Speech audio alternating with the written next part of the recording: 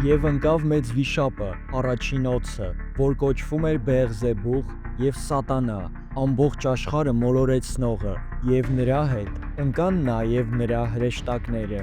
Հայտնություն 12-րդ գլուխ խոսք 9։ Ինչպես որ բոլորը գիտեն, Ադամն ու Եվան դրախտում էին ապրում։ Աստված Եդեմի պարտեզը մարդու համար էր ստեղծել, և նա մարդկանց իշխանություն էր տալիս ամեն ինչի վրա, քանի դեռ նրանք հնազանդ էին։ Բայց մի օր դա փոխվեց։ Օձի կողմից խաբված և գայթակղված Եվան ոչ միայն նա ինքը կերավ պտուղից, այլ փոխանցեց նաև Ադամին։ Բայց ինչու Սատանան օգտագործեց հենց օձի կերպարը։ Եկեք ուշադիր դիտենք այս անապատային օձին։ Այն ինչ որ մեզ զարմացնում է, դա նրա մարմնի շարժումներն են այս տարածքում։ Նրա մարմինն ամբողջությամբ հարմարված է այս անապատին։ Քանի որ անապատում ամեն կաթիլ ջուրը ոսկու գին ունի, այս օձը շատ էներգիա է խնայում։ Այս օձի տեսակը շատ համբերատար է։ Նա կարող է մի քանի օր անշարժ մնալ և սպասել, թե երբ է իր զոհը կորցնելու իր ուշադրությունը։ Հենց այդպես էլ վարվում է Սատանան։ Սատանայի համար ժամանակը ոչ մի նշանակություն չունի։ Հնարավոր է այսօր, վաղը կամ էլ մի քանի տարի հետո, որովհետև այն ինչ որ նա ցանկանում է, դա մոլորված զոհին բռնելն է։ Կա ևս մեկ հատկություն, որն օգտագործում է այս օձը։ Դա շատ լավ թաքնվելն է։ Նա թաքնվում է անապատի ավազի մեջ։ Միայն բաց է թողնում իր պոչի մի մասը։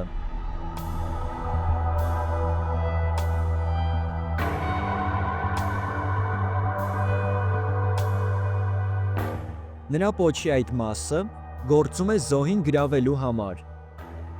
Եվ այդպես էլ վարվում է Սատանան։ Նա անտեսանելի ոգի է, բայց առաջարկում է մեղքի պտուղը, որպեսզի անզգույշ մարդկանց ուշադրությունը գրավի։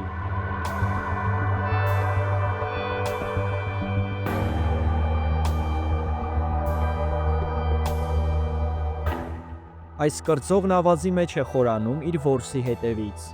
և հուսալով, որ թունելի վերջում լույս կգտնվի, նա հայտնվում է օձի առաջ։ Թվում է, որ նա կարողացավ փախչել, բայց դանդաղացած կադրերը ցույց են տալիս, որ մի քանի վայրկյանի ընթացքում օձը հասցնում է խայթել կրծողին, թողնելով նրա ներսում իր թույնը։ Կրծողը փորձում է փախչել, բայց այն թույնը, որը նրա ներսում է, կաթվածահար է անում նրա շնչառական համակարգը։ Եվ այդպես էլ վարվում է Սատանան։ Նա հարմար պահի է սպասում և հարձակվում է իր մահացու հարվածով։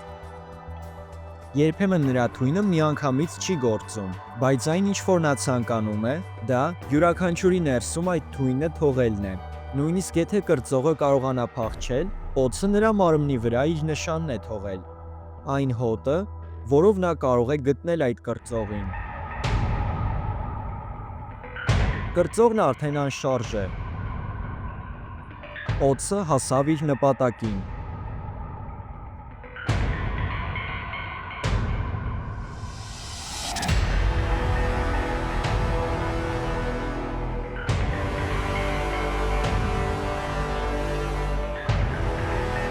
Միթե սա չէ Սատանայի աշխատանքը։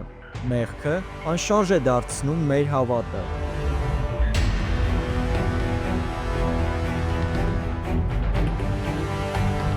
Ինչպես որ Աստվածաշնչում գրված է. «Իսկ եթե այդպես չվարվեք, մեղավոր կհամարվեք Տիրոջ առջև, և ձեր մեղքերը կճանաչեք, երբ չարիք հասնի ձեզ»։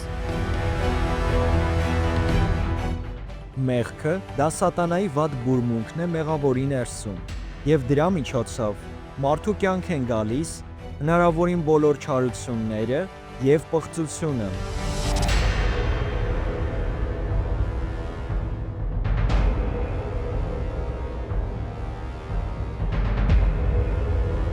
Բայց ասում եմ ձեզ, հոգով ընթացեք և մարմնի ցանկությունը մի կատարեք։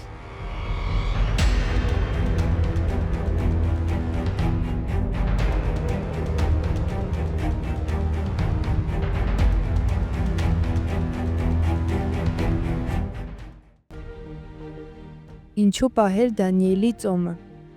Աշխարհը անընդհատ պահանջում է ձեր ուշադրությունը, եւ ամեն օր դուք տալիս եք նրան ձեր աչքերը, ականջները եւ մտքերը։ Ամեն օր նա գողանում է ձեր հանգստությունը, ուրախությունը եւ ժամանակը։ Դանիելի ծոմի ժամանակ դուք դադարում եք լսել այս աշխարհի ձայնը եւ սկսում եք միավորվել Աստծո հետ, տալով ձեր աչքերը, ականջները եւ ժամանակը ամենակարողին։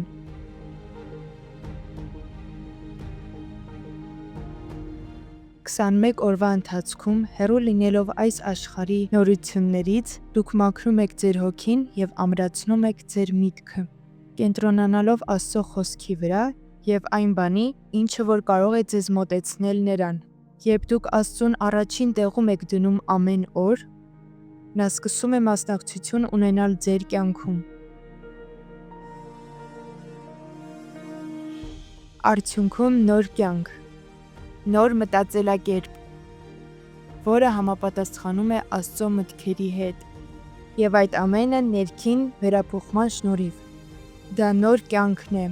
Դանիելի ծոմ, 21 օր, որպեսզի լցվեք Աստծո խոսքով։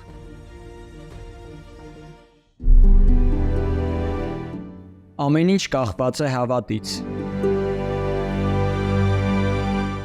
Ներաշխարհը, խնդիրների լուծումը եւ հոգու փրկությունը։ Բայց ինչպես ունենալ այն հավատը, որը գործում է։ Հավատը, որը դիմանում է մինչև վերջ։ Հավատը լսելուց է գալիս։ Աստծո խոսքը լսելուց։ Ահա այստեղ պատասխանն է նրանց համար, ովքեր հարցնում են. ինչ պետք է անենք, որպեսզի ունենանք այդ հավատը։ Շատերը ցանկանում են հավատ ունենալ, բայց չեն ցանկանում լսել։ Եթե դուք ցանկանում եք օգտագործել այս խոսքը, որպեսզի ձեր կյանքը փոխվի, եկեք, որպեսզի լսեք։ Կիրակի օրերին հատուկ ուսուցում ձեր համար Աստվածաշնչի հիման վրա, եւ ձեր մոտ հաստատ կլինի մտքի փոխակերպում եւ կստանաք Քրիստոսի միտքը։ Աստծո թագավորություն եկեղեցում հասցեն Ազատության պողոտա 13-1 եւ նաեւ ավելի քան 145 երկրների բոլոր Աստծո թագավորություն եկեղեցիներում։ Բերեք ձեզ հետ ձեր Աստվածաշունչը։